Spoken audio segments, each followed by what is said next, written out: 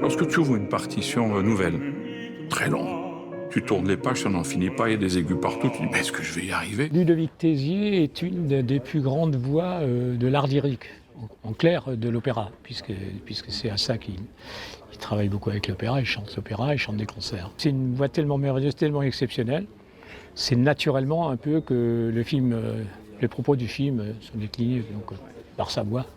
Mais très rapidement, je me suis rendu compte qu'il n'y a pas que la voix, qu'il y avait aussi l'homme. Et finalement, c'est l'homme et la femme. Et c'est pour ça que je dis toujours, en début c'était un film à une voix, maintenant c'est devenu un film à deux voix.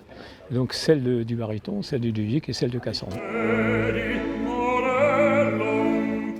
Quand on s'est rencontrés sur scène en répétition, il s'est passé une chose absolument extraordinaire.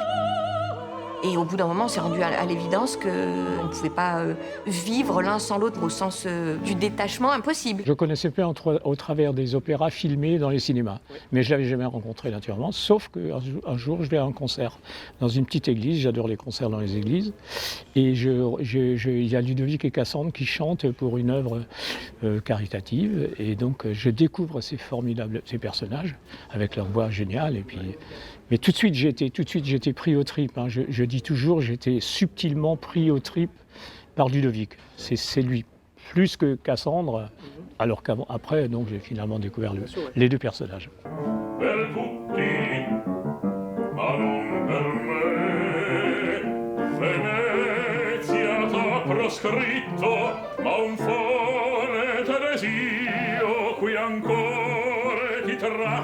Quand je les ai rencontrés, je n'ai rien imaginé du tout. À l'époque, pour moi, peut-être un jour on pourrait faire quelque chose, ou peut-être je peux me risquer un jour de lui poser la question, mais c'était à un tel niveau que j'osais pas y penser. Je racontais des histoires en me disant j'avais déjà dans ma tête que j'allais le faire. Non, c'est venu tout doucement. Et le jour où Ludovic m'a dit si tu as envie de venir avec une caméra me suivre, tiens, je vais à Toulouse, si tu veux venir, voilà. Ça s'est fait tout doucement.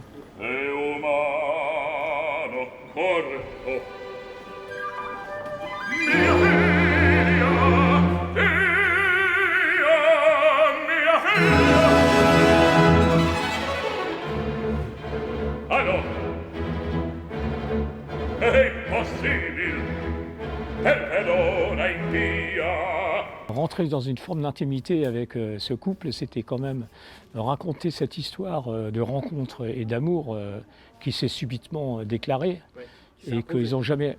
Voilà, il faut déjà faire confiance à quelqu'un quand tu as en face de toi. La grande chance que j'ai eue, c'est que j'ai mis beaucoup de temps pour le faire. Pourquoi ? Parce que c'était un peu indépendant de ma volonté, puisque un jour, j'avais plus de producteur, donc alors que j'avais commencé à tourner. Une autre fois, on a eu le Covid. Donc le film est tombé à l'eau parce qu'on ne pouvait plus continuer, j'avais plus d'argent. Quand j'étais gamin, adolescent, je veux dire, j'étais déjà allé à l'opéra. Il y avait, tu vois, là tu as la loge, comme on dit, la loge où il y avait la dame qui surveillait les entrées, qui s'appelait Cathy, qui était une vieille dame très sympa, qui m'avait pris en amitié, tu vois. Et donc en fait, quand tu rentres là, tu as un couloir qui va derrière la loge, et tu accèdes directement à côté public. Et donc au dernier moment, elle me laissait rentrer, le regarder ailleurs, on va dire. Ce qui me touche le plus, je pense, au-delà de sa voix, au-delà de sa personnalité, c'est sa faculté de transmettre son art et de transmettre aussi sa façon d'être un musicien à ses élèves.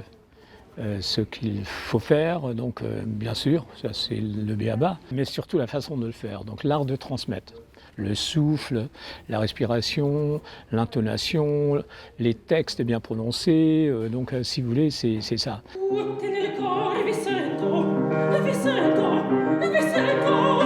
sais ce qui t'arrive? Tu joues un air de colère. Donc, parce que tu as un bon tempérament, tu respires en colère. Oui. Et tu te tues. Oui, en fait, c'est pour ça aussi que je mets tout comme ça, je pense. Oui, oui. Ouais. Et surtout leur dire, si vous voulez être un chanteur, c'est un travail à tout instant.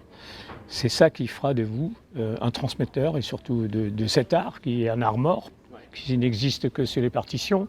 Et si on ne l'interprète pas parfaitement, on ne rentre pas. On ne rentre pas avec Verdi sur la même longueur d'onde. En fait, tu sais bien, tu chantes un air avec beaucoup de caractère, mais tu respires avec la colère du personnage. J'avais un producteur qui était prêt à faire le film. Quand je lui ai dit que c'était Ludovic Tézier, il l'a réfléchi, il m'a rappelé plus tard en disant qu'il ne veut pas le faire, parce que Ludovic ne savait pas bouger. Il n'avait qu'une voix, certes il a une belle voix, mais il y en a d'autres. Mais il ne sait pas bouger sur scène, et aujourd'hui il faut bouger, il faut... Voilà. Alors, moi, j'ai dit, écoute, Ludovic c'est une voix, c'est une des plus belles voix du monde. Moi, je ne bouge pas juste pour faire le clown. Parce que les nouveaux metteurs en scène qui sont actuellement, que ce soit au cinéma ou que ce soit à l'opéra ou au théâtre, me demandent de grimper les escaliers, de me foutre à poil. Non, c'est pas ça. Moi, je chante. Et puis, en rencontrant Cassandre, il a compris quand même, Cassandre lui a appris ça, il a dit « Ludo, il faudrait quand même que tu bouges un peu ». Et du coup, ils ont beaucoup regardé des films au cinéma, notamment Bergman. Et puis nous justement, quand on s'est rencontrés, on a parlé beaucoup de cinéma et je lui ai dit, Ludovic, c'est exact. Mais il a déjà commencé à faire ça. Et donc, du coup, non seulement il avait la voix, mais il a aussi cette façon de bouger et de s'exprimer comme un acteur, comme un comédien. À un moment donné, je me suis dit, maintenant, c'est le moment de parler avec lui, comme je vous parle. On parle du sujet. Et je fais tourner la caméra, ou les caméras, puisqu'on a utilisé 2 caméras. En fait, c'est une longue discussion entre nous, préparée bien évidemment, avec des questions pas cachées, mais des questions qui, à un moment donné, arrivent. Ce qui fait qu'il y avait une spontanéité. Quand on parlait, quand il expliquait quelque chose, il disait toujours « tu vois ».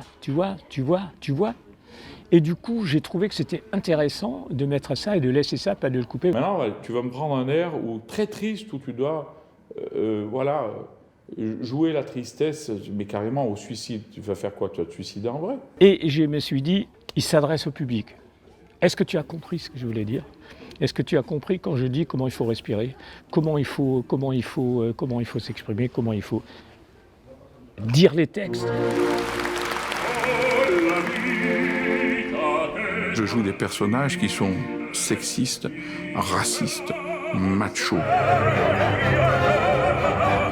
Je les joue parce que ces personnages-là, en scène, sont là pour être l'exemplarité de ce qu'il ne faut pas faire. Ludovic est un être entier. Il joue les personnages machos, racistes, comme il dit. C'est pas du tout dans sa nature, hein. C'est complètement à l'opposé. Il va au fond des choses, y compris défendre un salopard. Il se trouve que dans le rôle de baryton, souvent dans les opéras, quelle raison? Peut-être parce qu'ils ont... c'est pas comme le ténor, lui, qui a une voix de séducteur. Hein. Les ténors sont toujours séducteurs, les barytons sont toujours un peu les mauvais. Quoi. Et le soir, où tu t'apprêtes à rentrer en scène, faut plus de doute. Sinon, c'est que tu ne t'es pas bien préparé. Concernant le doute, et concernant surtout le trac, moi je lui ai dit d'ailleurs, je ne suis absolument pas là. Tu le dis, ça va, moi je respecte ça et ça sera dans le film, mais moi je ne suis absolument pas d'accord avec toi. Parce que moi je suis quelqu'un qui est précis, je travaille beaucoup. Là pour sortir le film, j'ai travaillé des heures et des heures pour préparer mes interviews. Donc je pense que je sais de quoi je parle, je pense que je m'exprime correctement, et donc, mais j'ai le trac. Ça n'a rien à voir. Je veux dire, oui, toi tu es tellement sûr de toi, parce que c'est vrai. Il chante la Traviata un jour, il chante Tosca le lendemain, et puis il s'en va, et puis il chante Schubert le 4e jour, et le 5e jour, il va jouer Don Juan. Donc ça, c'est un truc incroyable, quoi. Il joue en russe, il joue en italien, il joue en français, il joue en allemand. Bon, ça, je suis désolé, je lui ai dit, Ludovic, ne crois pas que tout le monde peut, même si d'apprendre de faire ça et d'être parfaitement prêt, c'est pas vrai. Toute cette espèce de mystique comme quoi il est normal d'avoir le trac quand on a du talent, c'est une chose imbécile. Pour moi, le trac, c'est un signe d'impréparation. J'avais un peu de mal à le monter, ça. J'avais envie de lui dire, Ludo, tu peux pas me raconter ça, cette histoire un peu différemment? Parce que là, quand tu es prêt, quand tu as travaillé, quand tu connais tes textes, même si au départ, tu tournes les pages, tu dis, mais je ne vais pas arriver au bout, c'est tellement complexe et tout, et puis hop, ça rentre, et puis hop, le soir où tu dois le faire, tu le sais. Et tu rentres en scène et tu chantes. Et puis il s'exprime, il dit, moi je travaille comme ça, moi je n'ai pas ce problème-là. Est-ce que tout le monde est comme ça? Non. Non, je lui ai dit non, tout le monde n'est pas comme ça. Moi, je ne suis pas comme toi. Toi, tu es un être extraordinaire, tu as un nom formidable. Oui. Donc, pour toi, tu n'as pas le trac. Moi, je prépare, je travaille, et puis le soir, je ne me rappelle plus du premier mot que j'ai préparé et répété et écrit 25 fois. Lorsqu'on est prêt, lorsqu'on maîtrise tous les paramètres maîtrisables, ça n'exclut aucun accident en scène. Tu peux avoir un pépin, tu peux avoir même un virus qui arrive, n'importe quoi. Ça m'est arrivé, une extinction de voix au milieu d'une soirée parfaite. Ça m'est arrivé pour autant. Dans la mesure où avant la représentation, tous les paramètres, le texte, la musique, la mise en place vocale, la mise en scène, la santé, tous ces paramètres sont posés sur la table et parfaitement réglés. Il n'y a aucune raison d'avoir peur. Il y a aussi une forme de solidarité qui me plaît beaucoup. Oui. C'est-à-dire ils peuvent tranquillement, même quand il dit de Moureau prend son avion à Milan, eh bien c'est effectivement ce qui s'est passé, alors qu'il n'était pas prêté à chanter Don Carlo, donc il répète, même dans le trajet pour aller de la répétition sur scène, pour faire une répétition sur scène, il répète sans arrêt. C'est ça le travail infatigable de ces gens qui travaillent énormément, et tous, que ce soit à Baden-Baden, que ce soit à Vérone, que ce soit à Naples, que ce soit à Paris ou à Milan, ils répètent, ils travaillent, c'est des travailleurs, c'est des gros travailleurs. C'est ça qui m'a impressionné aussi chez les chanteurs.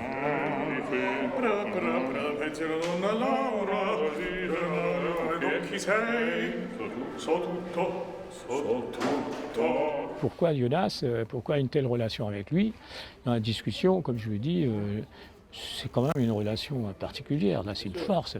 Vous êtes deux cracks, l'un est le plus grand ténor et l'autre est quasiment le plus grand baryton au monde. Et vous croisez comme ça, qu'est-ce que ça fait? Ça ne te donne pas envie un peu de croiser le fer? Ah si, bien sûr. Et quand on va tourner à Baden, ça c'est quelque chose que je n'avais pas prévu. Je savais qu'il fallait qu'ils se rencontrent puisque l'un était dans une loge et l'autre était dans l'autre. Ludovic il se concentre donc sur ça parce qu'il doit rentrer en scène.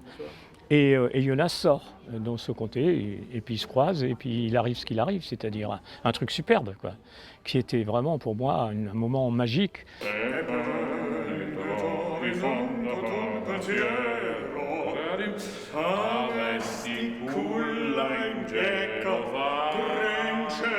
Et de tenir le A. Voilà, sois pas surpris de Genova. Et tu m'interromps.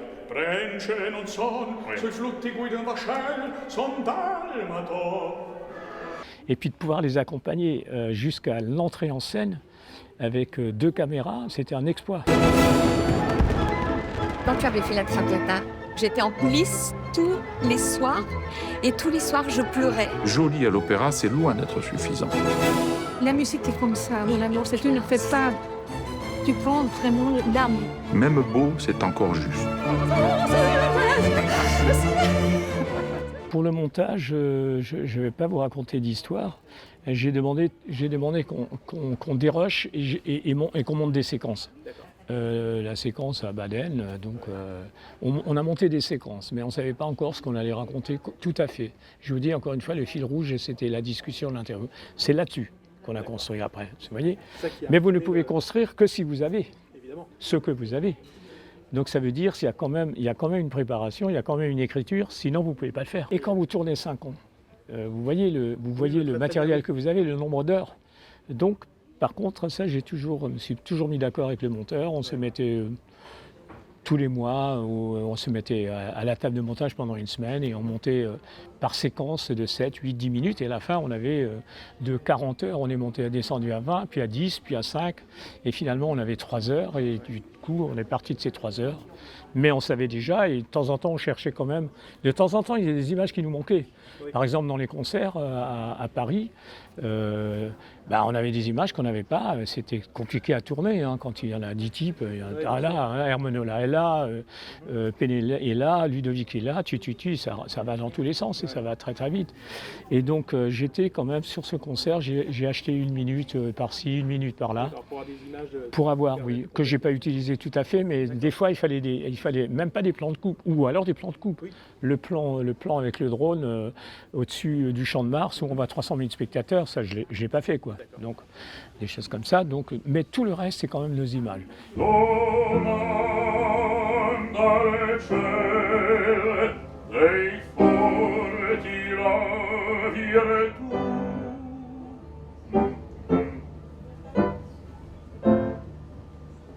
C'était compliqué de faire ce film. Mais je pense par là, c'est pas de l'arrogance, mais je pense que j'ai cette intelligence de comprendre quand un musicien parle, ou même si c'est compliqué. Et surtout, j'ai avec moi des gens, un co-autrice, le caméraman, le preneur de son et le monteur surtout, qui à 4-5, on arrive à comprendre. Et je vous assure qu'on se met à 4-5 des fois pour quand on déroche. Et là, on est juste, si vous voulez, parce que ça s'adresse. Et c'était ça l'objectif, s'adresser à des non-musiciens. Et donc, nous avons, chaque fois, quand on est rushé le soir, on a dit, qu'est-ce qu'on prend ? On se fait un petit peu des plans à l'avance, de se réjouir de l'opportunité de retrouver tel ou tel. Donc Jonas, en l'occurrence, pour partager un concert. En plus, c'était sympa. Lui allemand, moi français, sous la Tour Eiffel, c'est un joli symbole, c'est chouette, quoi, vraiment. Notre objectif, c'est qu'il y ait des gens qui rentrent dans la salle et qui disent « Tiens, j'ai jamais été à l'opéra, maintenant j'ai envie d'y aller ». À l'opéra, on doit sortir, non pas transformé.